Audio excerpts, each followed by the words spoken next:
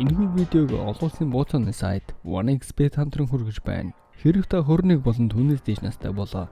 Тайлбар хэсэгт байрлах линкээр орж бүртгэл үүсгэхдээ довчлол гэсэн промо кодыг ашиглаж цэнгэлсэн дүнгээ 100% бонус болгоно аваарай. Та өөр тохирох боломжит дүнгээр бооцоо тавьж хит автахгүй байхыг анхааруулж байна.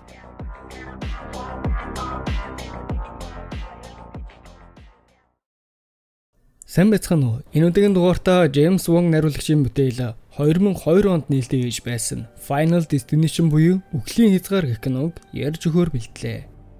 Үхлийн хязгаар цуврал одоогоор 5 ангитай байгаа бөгөөд эх онд буюу 2025 онд 6 дугаар ангид гарахаар төлөвлөж байгаа юм байна. Анги тус бүрд онц сонирхолтой хэрцгий санаанд өрөнгөөхлийг харуулах тул бэлтгэлтэй байгаарай. За голын юмраад яг кинологоо орцгоё. За манай киноны гол дүрийн залуу Алекс ангийнхантайгаа Парис руу 10 хоног аялахаар болно. Ачаа энтрэ бэлдээд онгоцны буудлын дээр ирээд 180 дугаар нислэгээр аялахаар болно.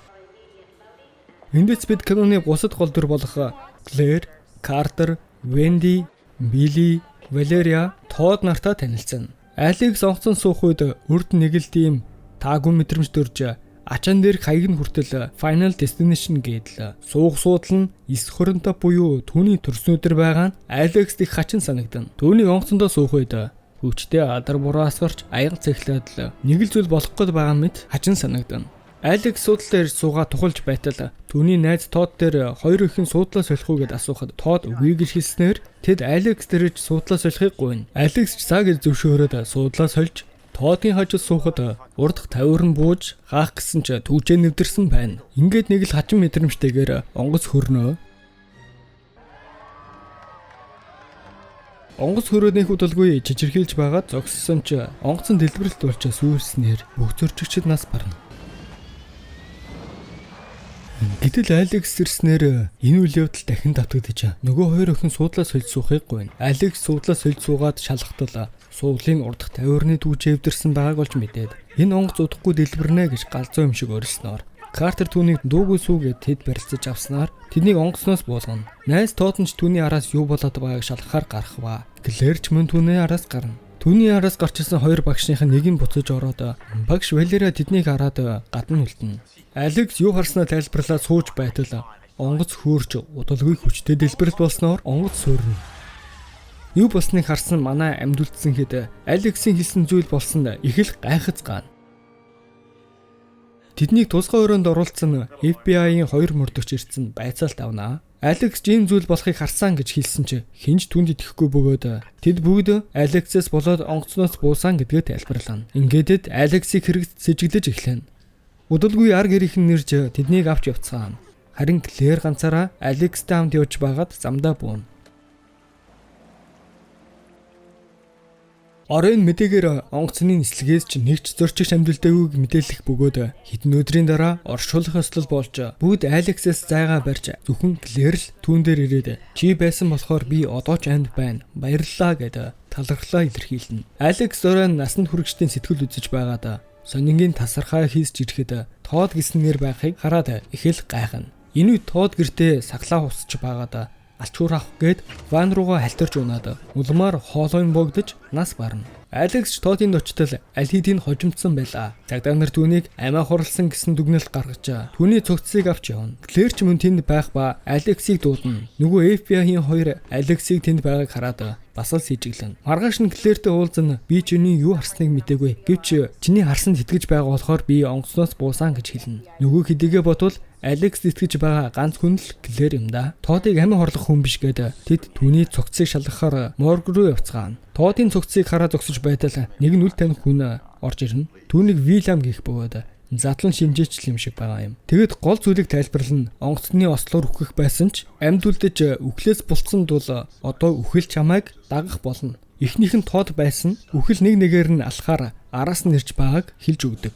Дараа нь Алекс өөрт ямар нэгэн анхааруулга ирээд байгааг Тодын нэр хийсч ирснийг Клэрт хэлээд удаагүй байтал цонхны тусалд автобус ирж байгаа дүрс харагдаж эргэн тойрноо хартал ямар ч автобус байхгүй байлаа. Энэ үед Картер найз охиндогоо тэдэн дээр ирэхэд багш Валерия мөн Билли тэнд тааралдана. Картер Алекстэй онгоцны усны талаар үг шидэлцэж байхад найз охин Тэрийн тэдэн рүү уурлаж тэднээс залхлаа гэд алхаж байгаад автобус нь мөргүүлээд өгчихнэ. Нөгөө цонхны тусалд харсан автобус яаж өгөхийг харуулсан дохио байсан байх нь. Оройн зурагтаар онгоцны ослын талаар тайлбарлаж, "Мань Алекс ч цаас аав суудлын дарааллаар урд талаас нь дэлбэрэл хийхэлсэн" гэж үзээд үхлийн дарааллыг олно. Суудлын дарааллаар урд цусны талаас эхлээд үхэж байгаа тул дараагийн үхэх хүн багш Валерия, түүний дараа Картер, Билли, Алекс, Клэр юм. Алекс түүнд анхааруулах зорилготой гэрийнхэн гадаа очих хэдий ч багш Валерия түүнийг хараад айсанд цагдаа дуудлага өгчихнө. Мэдээж шинэ өрөө болсон хойно гэрийнхэн гадна чимээч үгээ дагаад байхад айлгүй л яах вэ?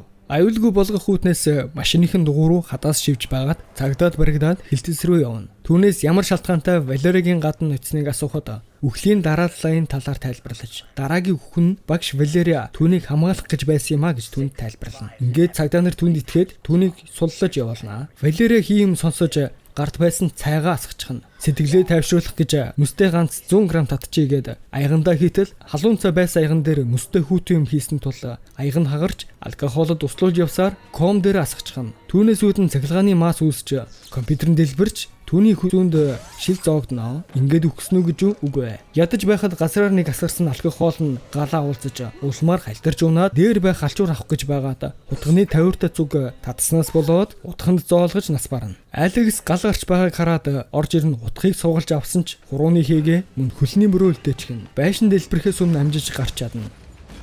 Манай хоёр мөрдөгч Клэртэй уулзна. Алексийн талаар асуухад мэдэхгүй гэж хэлээд явна. Оройн бусадтайгаа уулзаж нөгөө үхлийн дарааллын талаар тайлбарлана. Тэд үхлээс хэрхэн бултах талаар ярилцаж Картер өөрийнхөө үхэх ээлжийг гэдгийг сонсоод галзуу юм шиг л хурдалсаар галт тэрэгний гарцан дээр ирээд зогсчихно. Би өөрийнхөө үхлийг шийдэн та нар биш гэж орилоод машиндаа сууна. Алекс, Билли, Клэр нар машинаас гарч галт тэрэг ирэх чимээг сонсоод Картер ч айгаад гарах гэсэн ч машин нь асахгүй суудлын бусан гацаж ядаж байхад хаалган жонгоодгүй. Алекс түүнийг цонхоор татаж гаргаснаар түүний амийг аварна. Картер үхлээс болцсон тул дараагийн үхэх хүн Билли.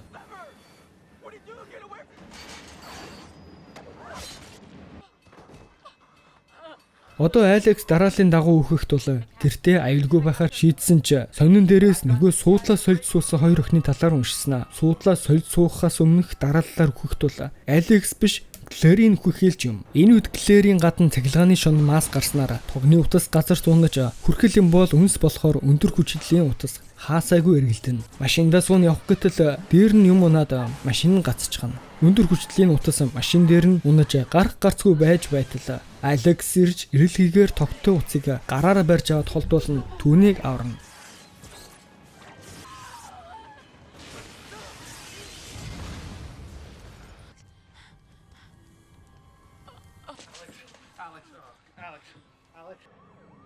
Энэ явдлаас хойш 6 сарын дараа манай гурав дахин аялалд явж нэг газар нэг шил биер уугаа сууж байтал Алекс нөгөө таагүй мэдрэмжээ дахин төрснөө хэлж өөрийг нь үхэл яагаад алгасныг гайхаж үхлийн дарааллын талаар ярилцах хэдий ч нөгөө хоёр нь бүх зүйл дууссан бид үхлээс бултаж чадсан гэж хэлээд тайвшраад бууд руугаа явах гээд алхах хэдий ч автобусанд дайруулах гэж байгааг хараад Картер түүнийг аварна. Картер Алексийг аварсан тул дараагийн үхэх хүн Картер байх бөгөөд самбар түүн дээр унснаар үхнэ. Энэ ангид зөвхөн Клэр ламд өгдөн. Subscribe дарж хэмжээрэй. Баярлалаа.